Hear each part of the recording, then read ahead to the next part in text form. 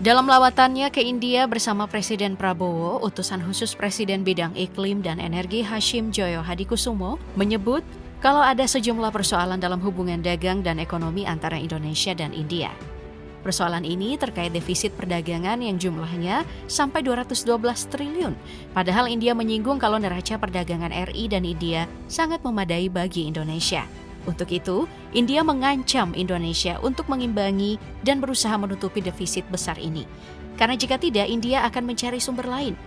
Apakah ancaman ini akan berefek untuk Indonesia? Dan bagaimana sebenarnya dinamika hubungan Indonesia dan India? Sebenarnya agak aneh jika kita menyebut ada defisit besar dalam neraca perdagangan RI dan India. Karena sudah ada kesepakatan sejak 2011 saat Susilo Bambang Yudhoyono masih jadi presiden. India dan Indonesia sudah menandatangani kesepakatan bisnis bernilai miliaran dolar dan menetapkan target yang ambisius. Kecuali jika keduanya punya hubungan yang kurang mesra. Kalau kita bicara soal hubungan antara Indonesia dan India, semuanya baik. Jadi sulit juga untuk menyebut kalau ada hubungan yang kurang mesra dari keduanya. Hubungan antara India dan Indonesia sudah terjalin sejak dahulu kala, sudah ribuan tahun. Terbukti dengan banyaknya pengaruh India yang ada di Indonesia, mulai dari budaya sampai sistem kepercayaan. Memang, hubungan kedua negara sempat terputus saat masa kolonial Eropa. Tapi kemudian, selama Revolusi Nasional Indonesia dan pembentukan Republik, India adalah salah satu negara paling awal yang mendukung dan mengakui kedaulatan Indonesia. India dan Indonesia secara resmi membuka hubungan diplomatik sejak 3 Maret 1951. Dari sisi pemerintahan, kedua negara tergolong dekat. Hubungan saling mendikte dan menekan hampir tidak pernah terjadi di antara kedua negara. Apalagi saat era Soekarno, di India, figur Soekarno dan Perdana Menteri India, Jawaharlal Nehru masih dikenang kuat. Bahkan Soekarno dan Nehru termasuk penggagas ide kekompakan Asia Afrika, kekuatan selatan-selatan. Nah, meski hubungan ini agak terganggu karena Perang Dingin. Kemudian di tahun 1955, di tengah memanasnya konstelasi dan perebutan pengaruh Blok Barat dan Blok Timur, Perdana Menteri India dan Presiden Indonesia Soekarno adalah 2 di antara 5 tokoh pendiri gerakan non-blok. Seiring dirintisnya gerakan non-blok oleh 2 tokoh ini, India di Asia Selatan dan Indonesia di Asia Tenggara pun kemudian menjadi faktor penentu di dunia. Meski punya hubungan dekat, Presiden Soekarno pernah mengambil sikap hitam putih terhadap ketegangan India dan Pakistan, bukan sikap abu-abu. Soekarno jelas-jelas mendukung Pakistan dibandingkan mendukung India saat Perang Kedua Negara pada tahun 1965. Presiden Soekarno bahkan mengirimkan kekuatan armada Angkatan Laut Indonesia untuk membantu Pakistan melawan India yang lebih kuat dalam hal persenjataannya. Barulah kemudian di tahun 1966, para menteri luar negeri dari kedua negara mulai berbicara lagi dari era hubungan persahabatan. Nah, kunjungan Prabowo ke India pada akhir Januari 2025 kembali mempertegas itu.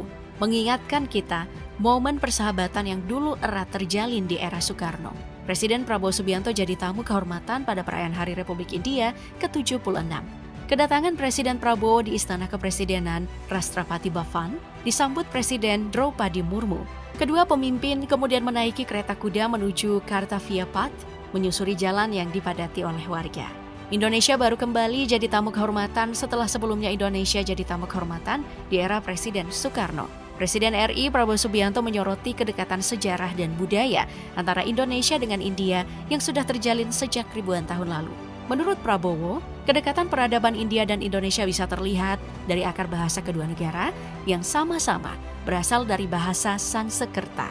Hal ini disampaikan Prabowo saat memberikan sambutan dalam acara jamuan santap malam kenegaraan yang digelar di Istana Kepresidenan India, Rashtrapati Bhavan.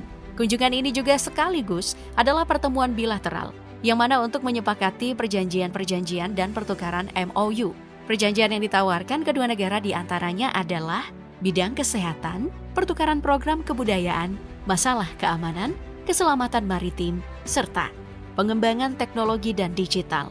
Prabowo juga bertemu dengan tokoh-tokoh industri, pengusaha-pengusaha dari India yang ingin investasi di Indonesia. Oke, sekarang kita fokus bicara soal isu defisit perdagangan India. Dalam perdagangan bilateral, India menyatakan posisi neraca perdagangan dalam kondisi defisit. Sementara Indonesia dalam kondisi surplus. Tentunya, kondisi ini jadi perbincangan hangat. Kenapa?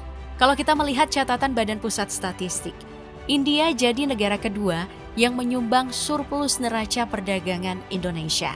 Surplus neraca ekspor dan impor Indonesia dengan India mencapai 15,39 miliar US dollar.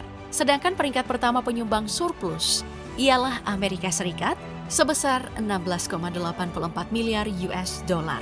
Tapi memang surplus neraca perdagangan India menyusut dibandingkan catatan-catatan sebelumnya, bahkan jauh lebih rendah dari catatan di tahun 2023, yang mana rata-rata komoditas ekspor Indonesia ke India didominasi lemak dan minyak hewani atau nabati serta bahan kimia anorganik.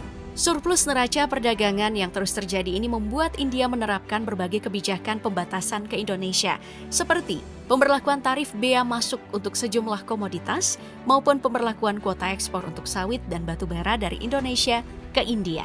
Apakah ini berefek untuk Indonesia? Jawabannya, iya. Mari kita lihat pangsa pasar Indonesia ke India. Jika melihat pangsa pasar minyak sawit atau crude palm oil, India jadi top nomor 5 pangsa pasar CPO terbesar untuk Indonesia. Data ini menunjukkan volume ekspor Indonesia selama tahun 2024 turun jika dibandingkan dengan tahun 2023. Sementara untuk komoditas batu bara, India menempati urutan pertama dalam daftar pasar batu bara Indonesia dengan volume menembus 108,07 juta ton pada tahun 2024 atau melandai 0,79%. Meski India menempati urutan pertama dalam pasar batu bara, secara nilai angkanya menurun.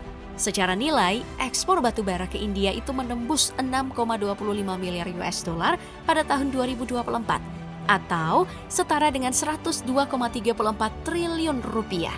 Kalau kita bandingkan dengan data di tahun 2023 yang mencapai 108,93 miliar rupiah, artinya angkanya jeblok sekitar 13,93%.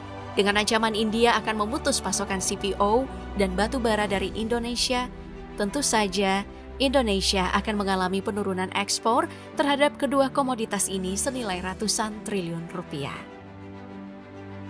Ancaman ekonomi India memang tidak seperti ancaman Amerika ke China dengan langsung menerapkan tarif dagang.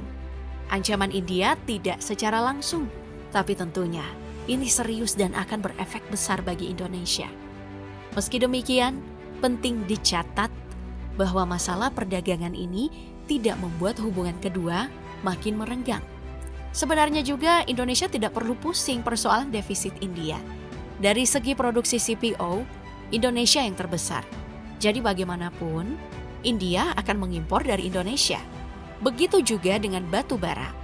India juga tidak punya pilihan lain selain mengimpor dari Indonesia. Jika India memilih mengimpor dari Australia, wah nilainya lebih mahal.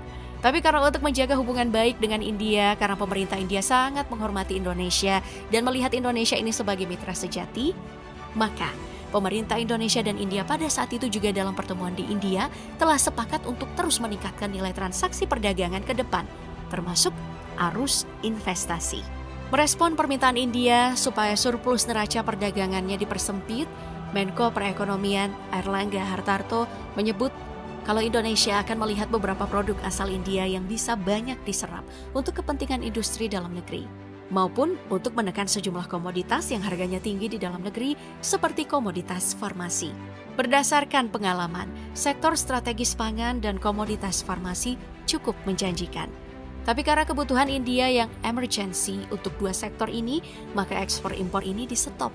Terkhusus untuk komoditas farmasi, ini sangat menjanjikan. India mempunyai kemampuan yang cukup kuat di sektor komoditas farmasi. Indonesia kemudian bisa meminta India agar sektor farmasi bisa masuk ke Indonesia.